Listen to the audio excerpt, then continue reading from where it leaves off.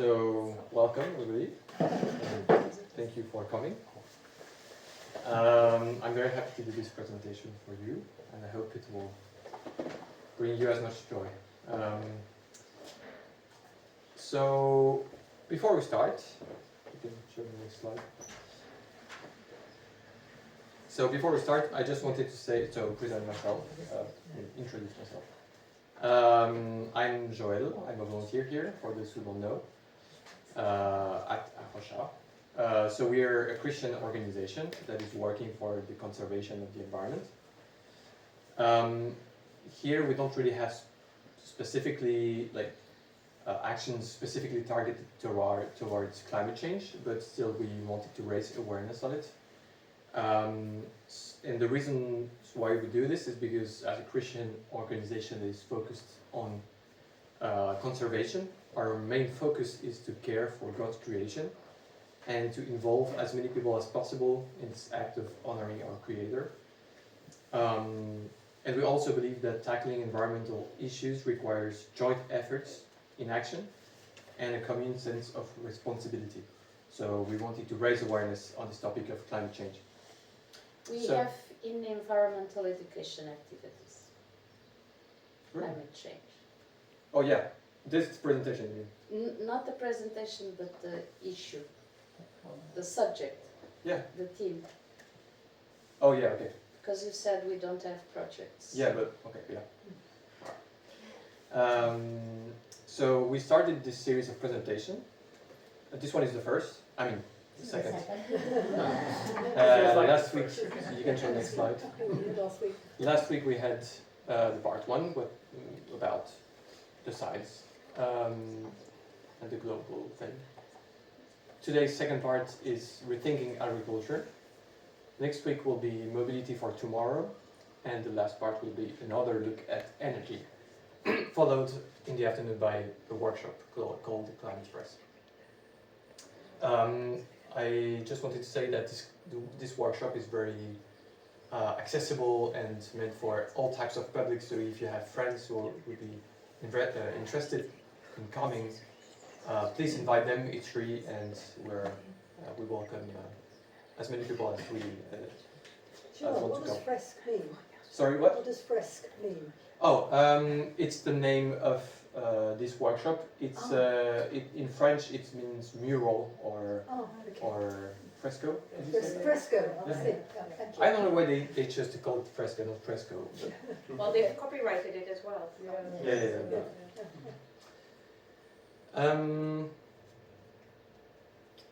So I'm not an expert of the subject, of course. That's why I try to keep an approach as scientific and fact-based as possible. Okay, so today's title, the toxic relationship between our diet and the climate. And I wrote a therapy before the divorce.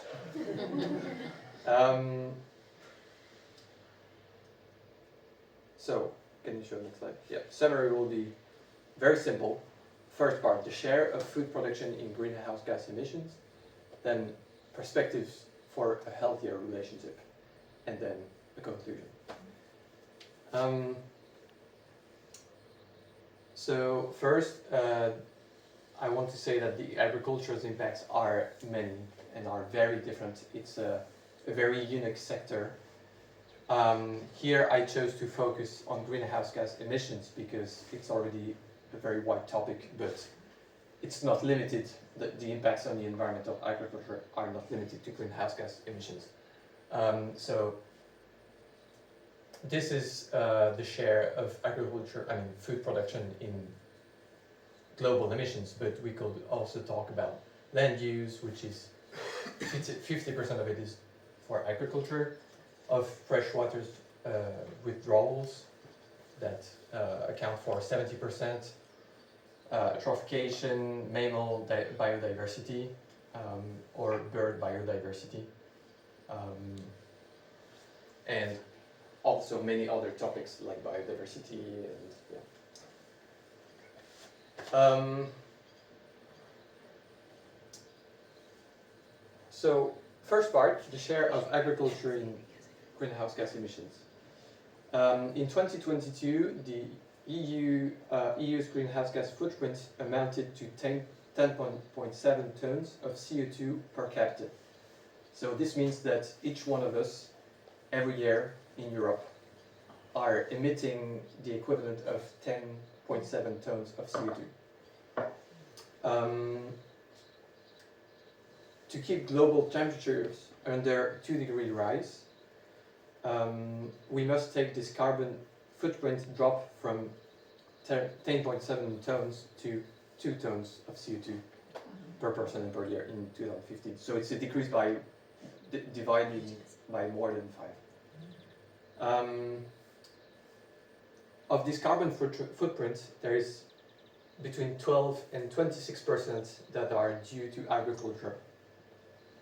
It's a very wide range, I know, but it's because it's very difficult to estimate the greenhouse gas emissions from agriculture, because it involves many processes that are very various, and that involve natural reactions that are very difficult to quantify, unlike in other sectors like mobility, where it's just burning fossil fuels and you know how much it's emitting.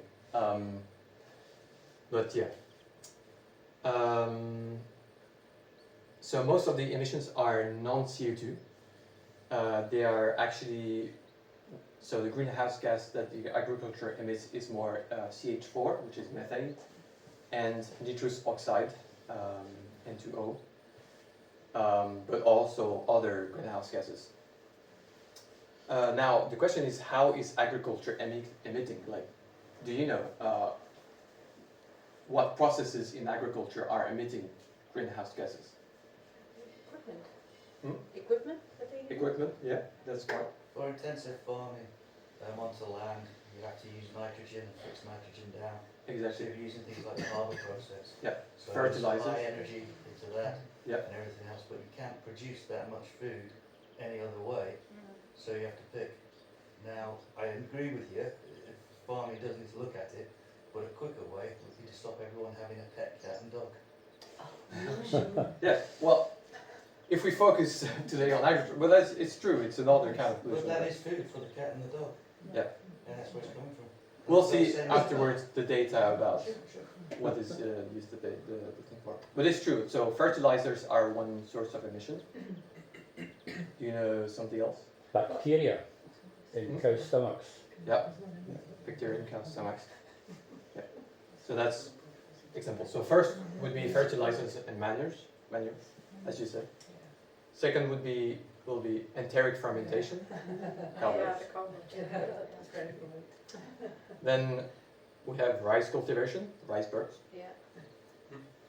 Deforestation and LUC, which is not just a French name, it's also short for land use change.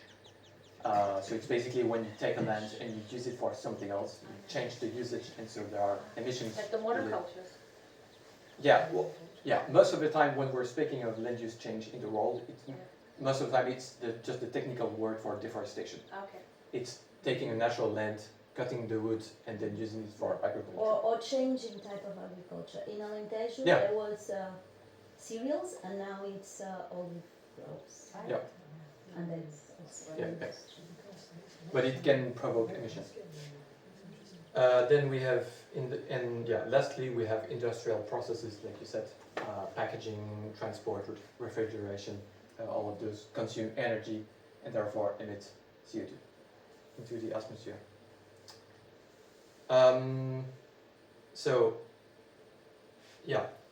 We have two types of emission. Well, all of them are greenhouse gas emissions, but the first three are mostly emitting non-CO2 gases, like methane and nitrous oxide. And the last two are mostly emitting CO2.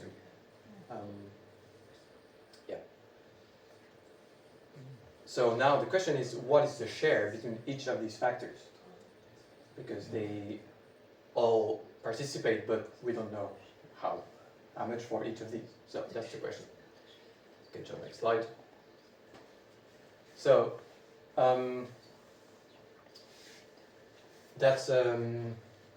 I will be quoting a lot this study because it's the most recent to date.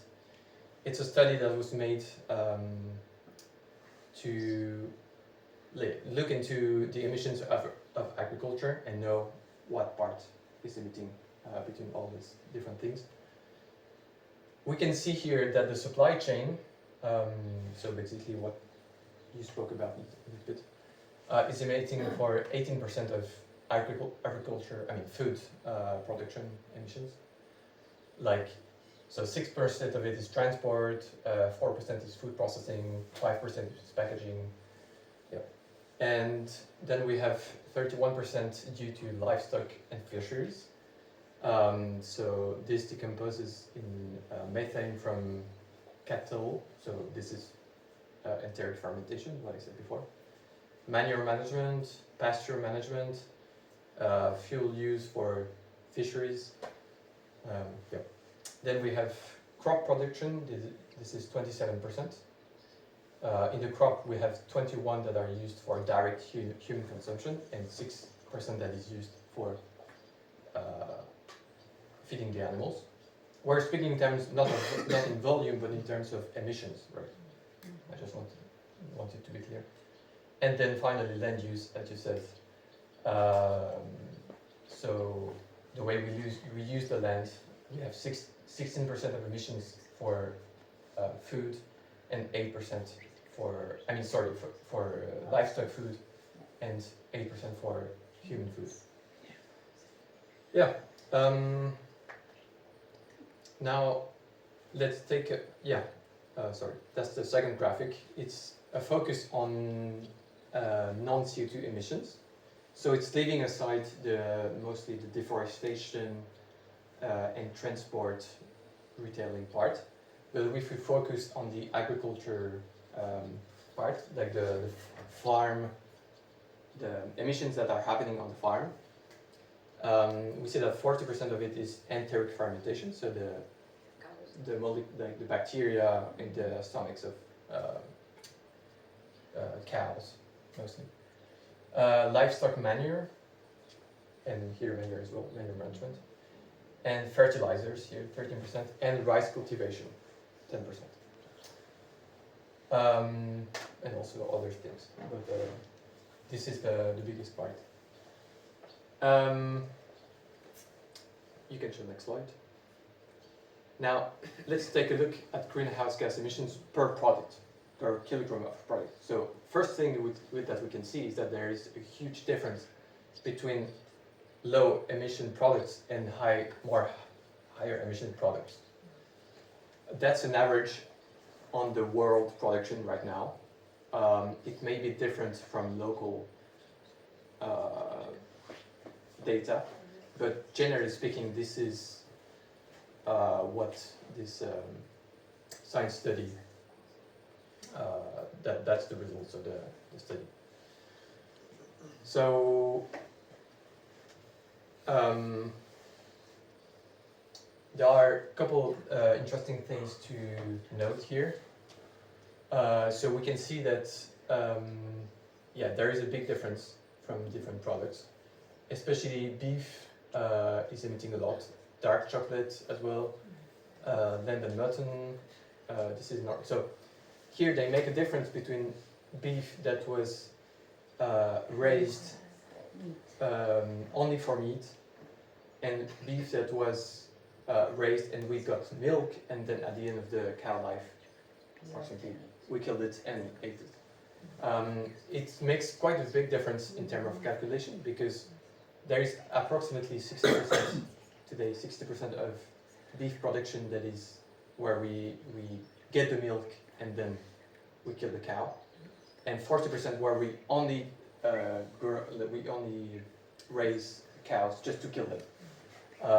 And so when we only kill them, it makes a really huge carbon footprint. But if we get the milk, it's shared. The carbon footprint is shared between the cow, so the meat, and the milk. So it divides the carbon footprint. Coffee as well is emitting quite a lot. Shrimps, farm shrimps, cheese, etc. Now you might think, okay, but it depends which kind of food. For example, what if I buy my food locally? Could it change a significant part? Well, as you can see, here they put a detail of the types of emissions. It's inside the products. And we can see that the transport part, here in red, is accounting for very little of the carbon footprint of the products. So it means that when we're speaking about climate change, buying local food, is not so relevant. It's not the most efficient way of reducing food's carbon footprint. It might be surprising, but it's because when we're transporting food, we are putting a lot of food inside one big container, especially on the big roads.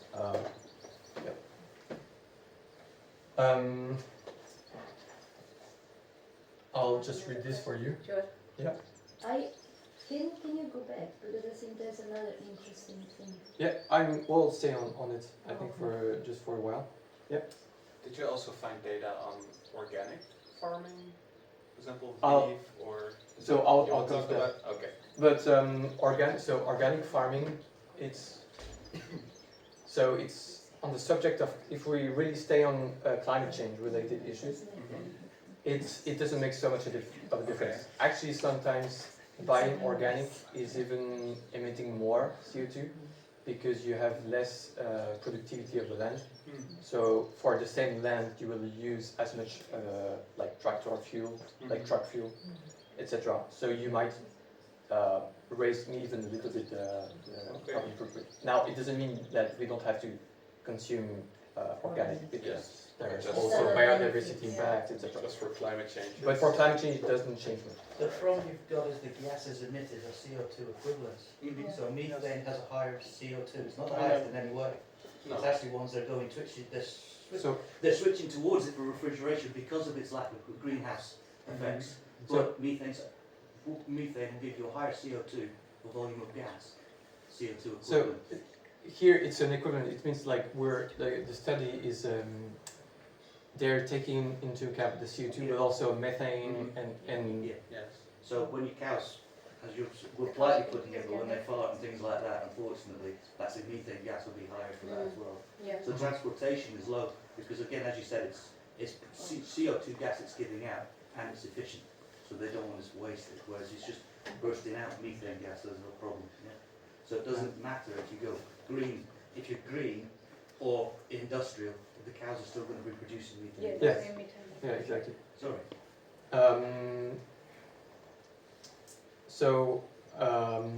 Sometimes it's even worse to buy local. I just want to stress this out.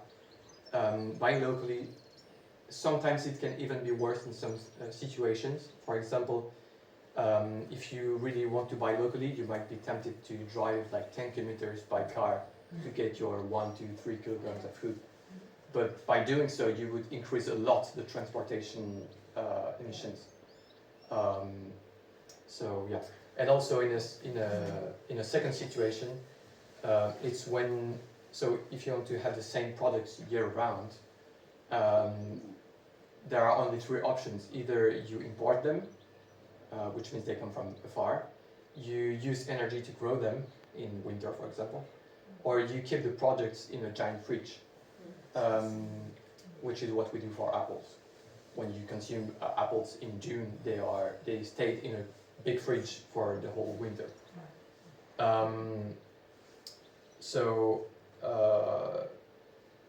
There's a study from 2009 that estimates that importing Spanish lettuce to the UK during winter results in 3 to 8 times lower emissions than producing it locally. And the same applies to other foods. Tomatoes produced in greenhouses in Sweden use 10 times as much energy as tomatoes imported from Southern Europe, where they were in season.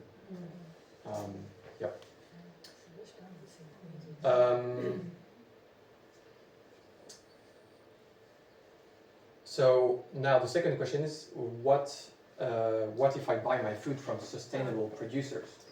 Because there is a big I just wanted to, I don't know if you're talking about that color of the losses, because I think it's a very important one. Yeah, I'll talk about it in the And so where is it? All the things are very important. The amount, the total amount, it has to do with the. So I'll get more into the because I think that is. especially the gray part, the losses. Exactly, the losses are very interesting. So now the question is also, what if I buy my food from a sustainable producer, from sustainable source of production? So you can show the next slide. I love this graph, it's incredible. It's from the same study. I hope I'll be able to explain it simply to you. So they took like protein-rich foods and they compare it, but this time instead of giving one average number of greenhouse gas, like greenhouse footprint for one product, for each product they gave the range of possibilities in terms of sustainable production. So here, for example, for cheese, when you buy cheese from a very sustainable producer, it can be low emission, so it can be here, but it can range from here to here outside of the graph. If it's from a very emitting way of producing cheese. Do you see what I mean? Is it clear? Don't hesitate to stop me if you don't understand. Okay. So you have a very wide range of productions.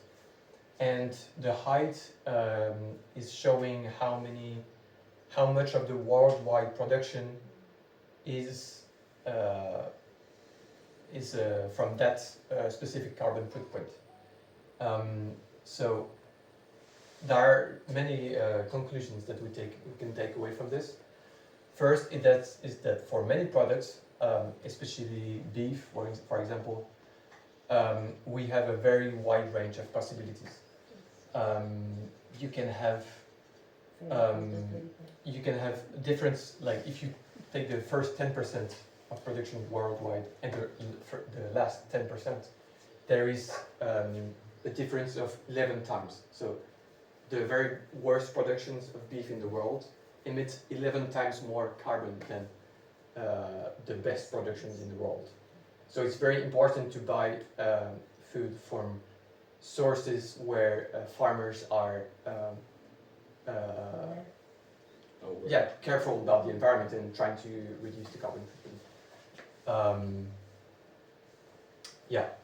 So that's the first conclusion, and it's basically true for most products, farmed fish as well. This one has very different things because it depends on how much they oxygenate, oxygenate the water ponds, the water from the ponds. Because if the water is not changed very often, there is bacteria that starts at the bottom of the water and it's emitting methane. So first conclusion is that there is a very wide range of possibilities for each product. And second thing is that even the best, the lowest emission meat does not compete with vegetable options. So it doesn't mean we all have to become vegan, but just that when we want to reduce our carbon footprint, one of the best actions is actually to go from a meat-intensive diet to a more vegetable-intensive diet. Just a quick data, between the 1800s and nowadays, the meat consumption in developed countries have gone from approximately 20 kilograms of meat per year per person to 100 kilograms of meat per person per year. Yeah, so we multiplied it by 5, including the waste, but still. Yeah. Because it's so widely available now. It's widely available. We don't realize it because it's been like that for approximately the last 50 years in developed countries. But But yeah, in 1800 people would, it was much less common. Well, Yeah. I just want And to expensive. say Yeah, expensive.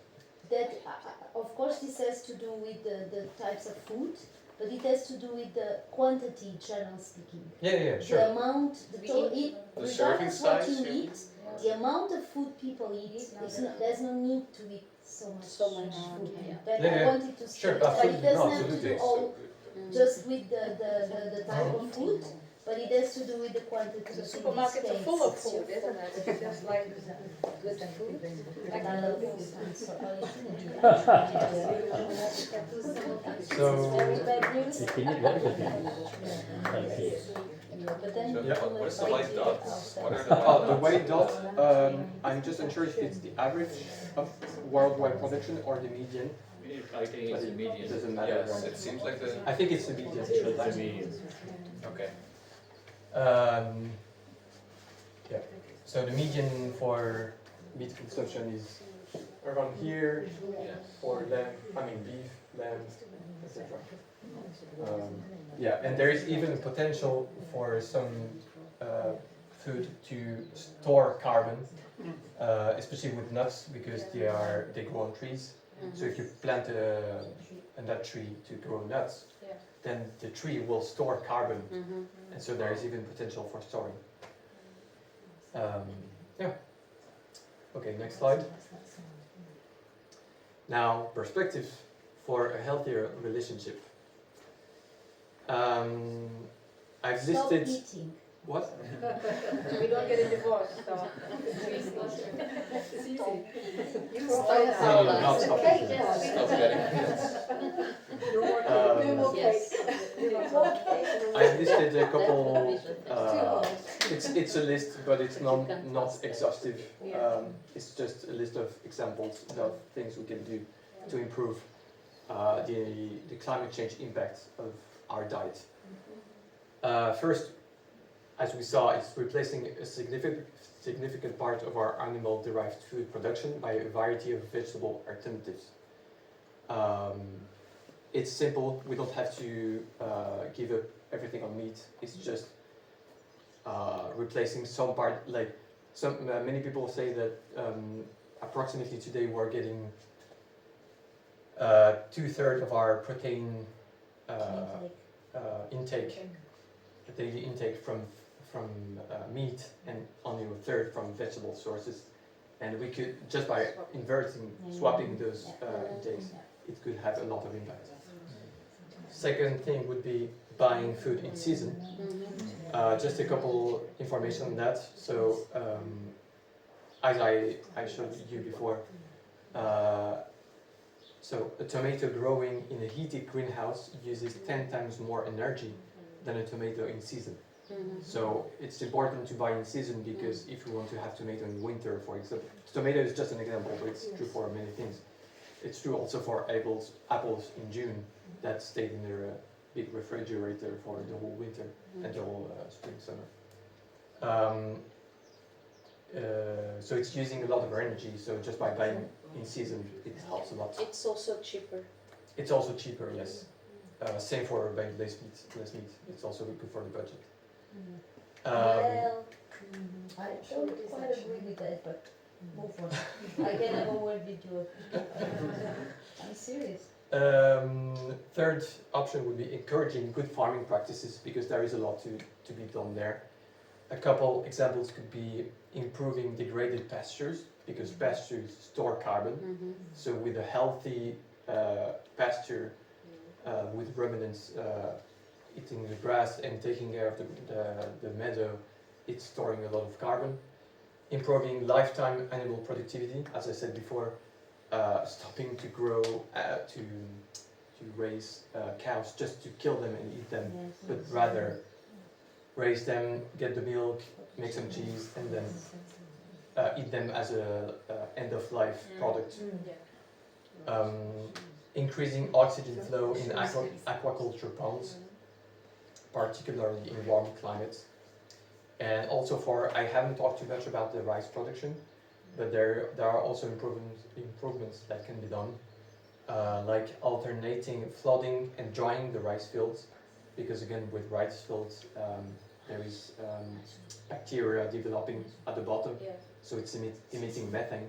But if we teach farmers to aerate more the ponds, it would emit much less for the same result at the end. So that would be the whole of Asia then?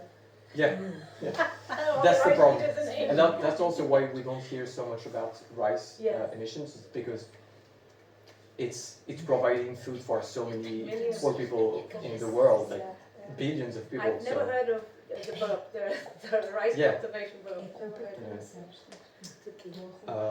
Sim, gosto todos os dias. Then fourth possibility will be reducing the use of chemical fertilizers. This can be done by improving soil quality, for example through promoting plant and microbe diversity. It's quite a complicated subject, and I'm not going to go into that because it's like I don't know enough to give talk about this, but I know there are lots of things to be done. Next, stopping deforestation, especially deforestation that happens for beef, palm oil, coffee, chocolate. Ghana, for instance, just to give you quick numbers, Ghana has lost 80% of its forests, and for the Ivory Coast it reaches 94%. And a third of this loss is directly due to the needs for cocoa farming. What if we bought sustainable cocoa, not from Ghana and not from Ivory Coast, but say from Yeah, well, normally if Trinidad or you Peru? buy from like trustworthy labels, Yeah, okay. then yes, but Hard it's to- also you hard have to to make follow sure the the label ethical is trade. trustworthy because some labels are. I was not happy to see chocolate as number 2. Yeah, yeah, I like chocolate as well. I was gonna say chocolate I is can so give up high beef. up. I can give up beef and Yeah, chocolate. so So the problem with chocolate, and it's the same with coffee and with many products, actually, the problem nowadays it's not the product in itself, it's the fact that It's the the way it's world produced. the world demand is growing so much. Centuries ago, chocolate used to be only thing used in the countries where it grew. Yeah. But then it got exported to Europe, and so Europe loved it, and now it's getting exported toward the whole world. And the Chinese wanted, The problem you have is Americans they wanted. don't produce the chocolate in Ghana. They're shipping the beans out, or Yeah. the same with the coffee. Yeah. It's not being processed in the country where it's being harvested.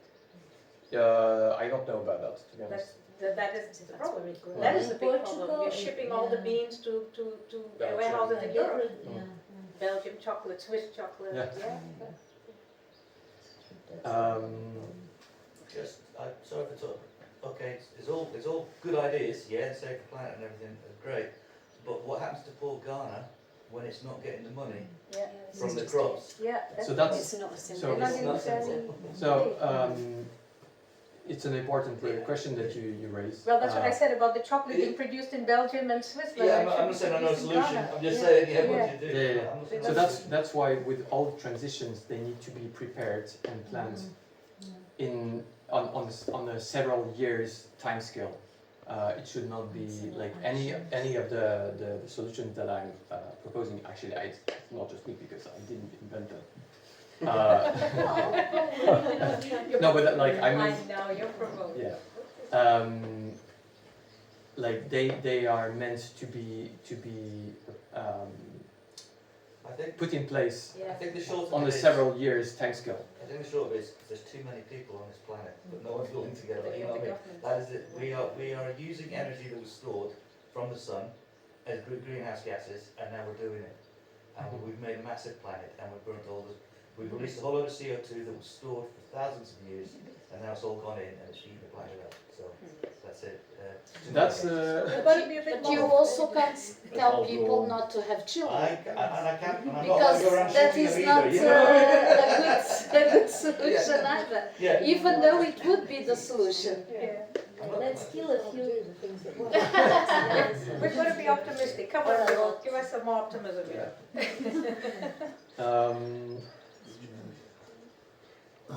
Yeah, and the next point, next What? Oh. What? Pelo? Oh yeah, sorry. I forgot I put this graph here. Yeah, I added it at the end. Yeah, it's a graphic that shows the main drivers for tropical deforestation in the world. So we can see here that the beef is the first reason worldwide, not in Europe mainly, but most. So generally speaking, deforestation is mostly happening in southern countries. Mostly in Brazil, in Indonesia, in Central Africa. Yeah, that's mainly the places. So it's mostly Brazilian beef, Latin American beef, and African beef a little bit. And it's also a lot for oil seeds, mainly palm oil and soy oil, that we don't really use here, but in Latin America I think they do. That's why I read labels in supermarkets. I will not buy a product that has palm oil. Me too, Yeah. Christy. We use it in pre-prepared things. In instant noodles, very processed food most of the time. And I think also, it's a difficult thing though, because the palm oil, as it's like the most efficient plant in storing oil in their crops. So if it's sustainably farmed, it's actually a great crop, but you know, it's not sustainably. There's not a lot of sustainable palm oil plantations in the world, unfortunately. forestry is also causing a lot of, for paper and wood, it's also causing a lot of deforestation. And also to a lesser extent, cereals, vegetables, rice, etc. Sugar. Next point, reducing food waste, as you thought. It's an underestimated point. You can show the next graph. There's a graph about this. 6% of global greenhouse gas emissions come from just food losses. So we said 26% is due to food, and only of these 26% of emissions, only 20% are due to food that we actually eat. So all of that is lost in supply chains, and all of that is at the consumer level. So there is a big margin for improvement. And that, let me tell, that is something where you can actually interfere directly, because a lot of other measures you're saying it's quite weak. But some of the, to change it, it needed a bit more. But for instance, consumer waste, it depends on you, on me, and it's an individual thing that you can do it. You don't depend on anyone to do it. But we also, I think to some extent, we also choose what we buy, in the sense that it's like, if we had the proper education and information, we can choose not to buy palm oil, like palm oil containing products, etc. I had a question. Yeah. Is it more CO2 friendly to go to a restaurant for a meal than preparing the same meal at home? It's a very good question. I have some numbers if you want about that. I wrote, so it's a quote from a study. They say households generate more than half of the total food waste in the EU. So it's different than from here, but it's because here it's about the EU. So 54%. The remaining 46% was waste generated upwards in the food supply chain. 90% by manufacture of food products and beverages.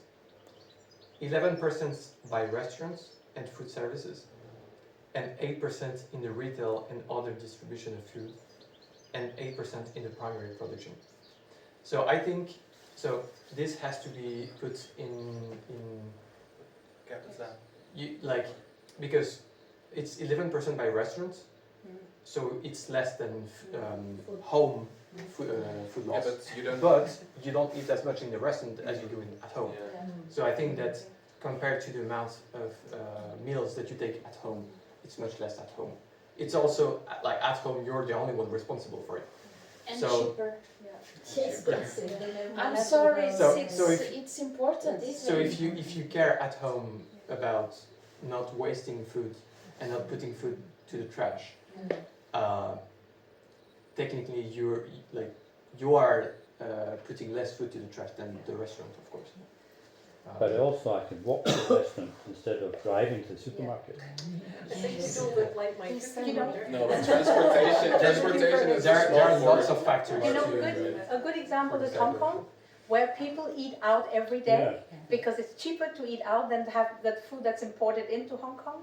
And like you said, we walk everywhere and we use public transport, which is green, and so it's the lifestyle. There's less wastage in Hong Kong cheaper than it is in Europe. Let's go. I've seen that from my own lifestyle.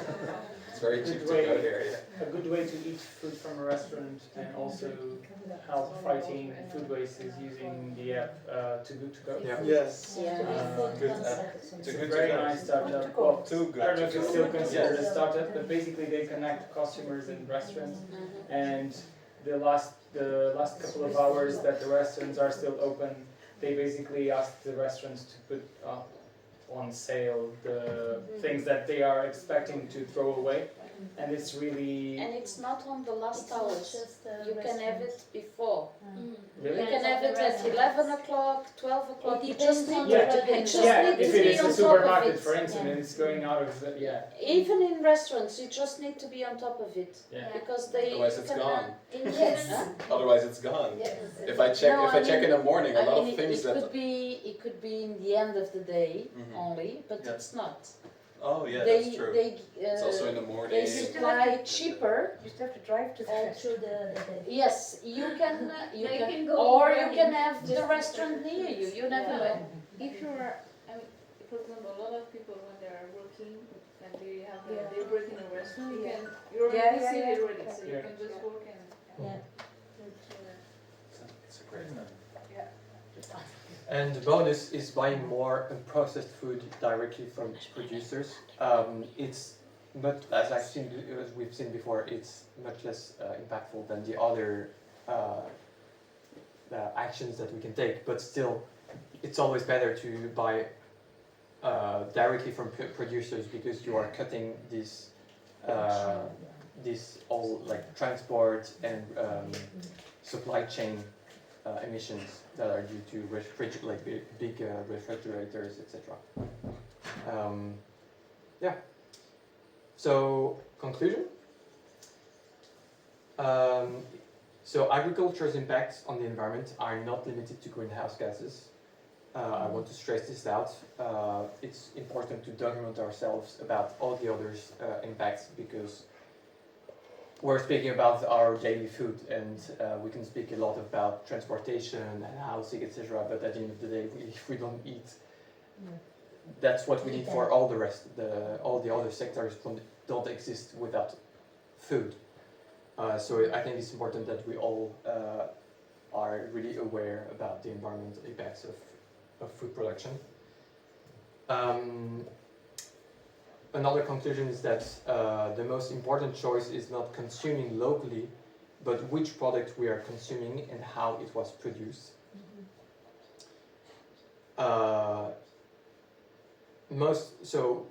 If you like, so the most emitting ingredients are, as we've seen before, meat and dairy products, cocoa and coffee.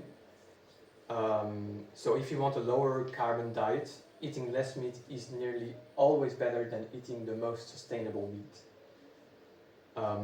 Now the good news is that,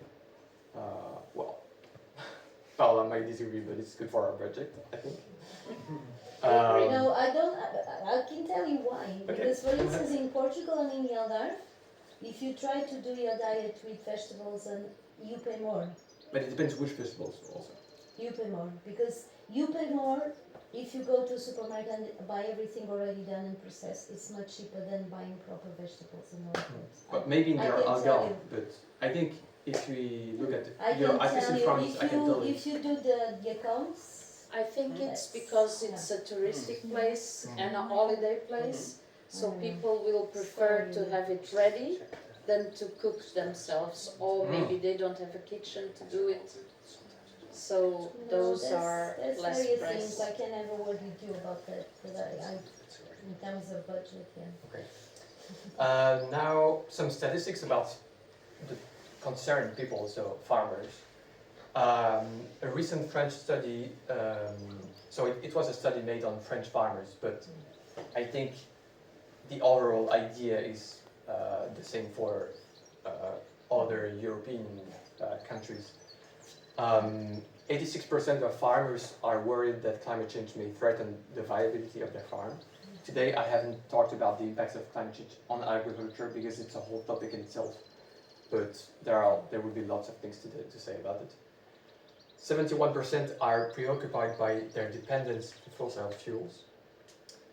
This is also a subject that we will talk about more in our last presentation about energy. 72% are worried about the environment. But, next slide.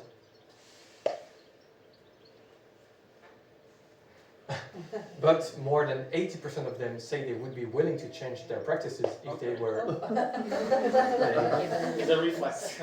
So more than 80% would be willing to change their practices if they were given the means. Yes. Have to be supported Yeah. by governments And so those, namely, they stated so clear and stable goals, a decentralized decision-making to include local specificities, and thirdly, some financial conditions, especially rewards for good environmental practices, and a protection against international competition.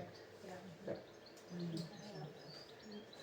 So, Great. thank you for listening.